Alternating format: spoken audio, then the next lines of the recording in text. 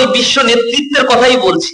এবং দ্বিতীয় বিশ্বযুদ্ধের পরে ইন্টেনশনালি ওয়েস্টার্নরা ইসলাম থেকে রাজনীতিকে আলাদা করে ফেলছে, বলছে যে ইসলাম যারা পালন করে এগুলো ধর্মকর্মের বিষয়, এগুলো মসজিদে মন্দিরে এগুলো পালন করবা, আর রাষ্ট্র আমরা পরিচালনা করবো, যা ইচ্ছা তাই খাবো, যা ইচ্ছা দাদাবাজি করবে, এগুলো নিয়ে তোমরা দেন দরবার করতে আসবে না, তোমরা যদি দেন দরবার করতে আসো তাহলে মাইর খাবা।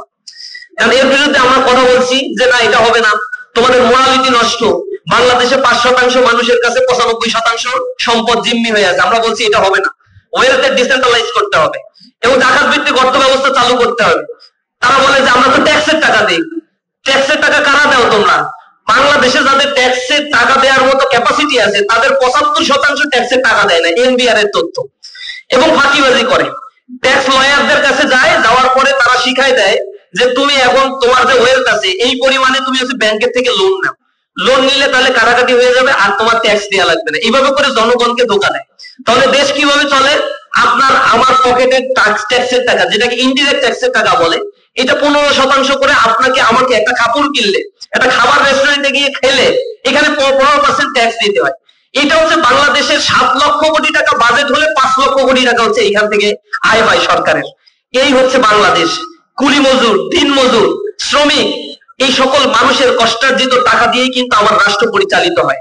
কিন্তু রাষ্ট্রের কোটি কোটি টাকার মালিক হচ্ছে রাষ্ট্রের যারা রাজনীতিবিদ।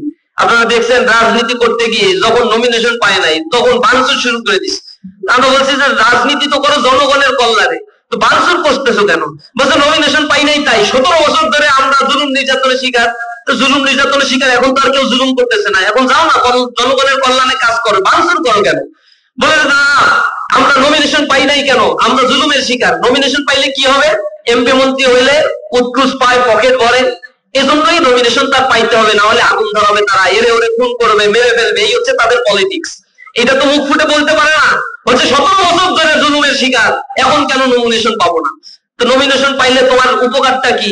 তুমি তো জনগণের খেদমত করবা, সরকার আর কয় টাকাই বা বেতন দেবে, তুমি চাকরি বাকরি করে খাও না। বলছে না, তা দিলে হবে না, আমার নমিনেশন লাগবে, ক্ষমতা লাগবে। ক্ষমতা মানেই হচ্ছে বিশাল বিশাল টেন্ডার। বাংলাদেশে যে পরিমাণে চাঁদাবাজি হয় এক এক দিনে লক্ষ কোটি টাকা চাঁদাবাজি হয়ে যাচ্ছে, এইগুলো কে খাবে? ক্ষমতায় না থাকলে এগুলো খাওয়া যায় না। এর এগেইনস্টে আমাদের কথাবার্তা বলা। ইসলামী ছাত্র শিবির এই দেশটাকে সেভাবে গড়ে তুলতে চায় যেই সমৃদ্ধির দেশ গড়ে উঠলে জাতি একটা স্টেবিলিটির মধ্যে দিয়ে যাবে, অন্যান্য মর্যাদাশীল জাতির মতো করে আমরা এই দেশকে গড়ে তুলতে চাই। সুতরাং ইসলামী ছাত্র শিবির একটা মানুষকে শুধুমাত্র দুনিয়া পরিচালনা বা নেতৃত্বের যোগ্য করে গড়ে তোলে না, বরং এই পৃথিবীতে তিনি কেন এসেছেন, এটা মানবিক মর্যাদাটা কি, এটা জানানোর জন্য ইসলামী ছাত্র শিবির তাদেরকে আহ্বান জানায়।